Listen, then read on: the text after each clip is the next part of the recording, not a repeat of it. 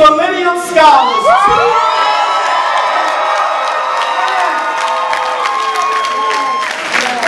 Some good energy.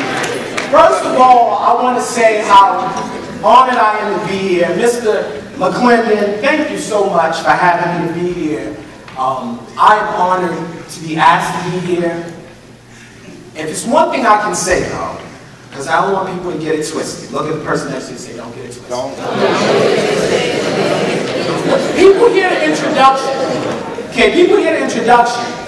And sometimes people have a way of seeing you at the end, but don't see the grind. See, people like the glory, but they don't know about the grind. Preach, son, preach. And one thing I want to tell you is that I know this from living.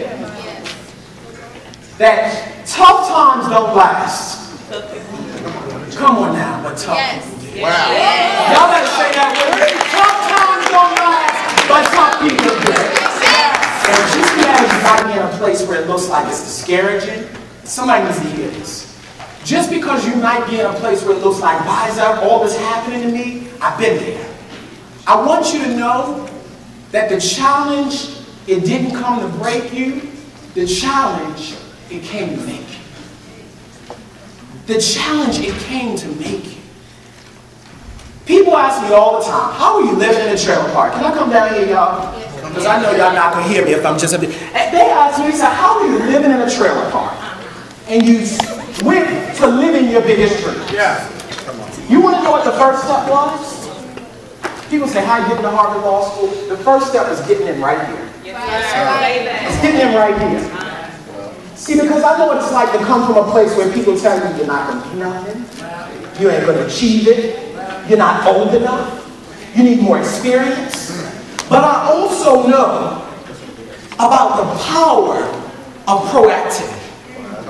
That's what we're talking about today. How to create your own narrative. How many people in here are going to create their own narrative? Come on. How many people in here create their own narrative? Raise your hands high. Okay, the very first step, I want everybody to write this down. Start where you are. Start, and tell the person next to you, just in case they fell asleep, nudge them. Say, start where you are. Start where you are. Start where you are. Look, it sounds so simple, right? It sounds so simple, but people don't take this advice. Everybody's trying to start where they're not, instead of starting where they are.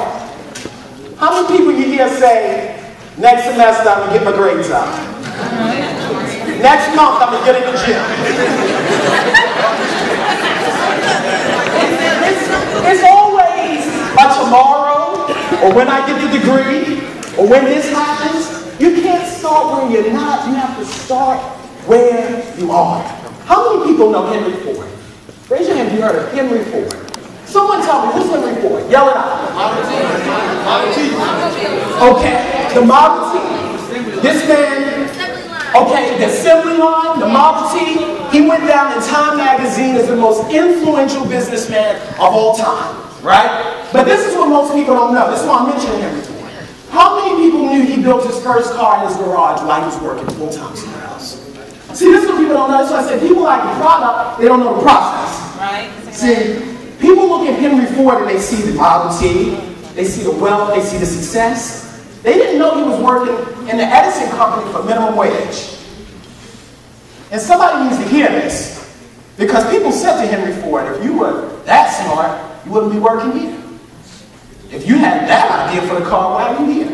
Somebody needs to hear this. Because I don't want you to think the circumstances you're in is going to define who you are. That's right. Okay.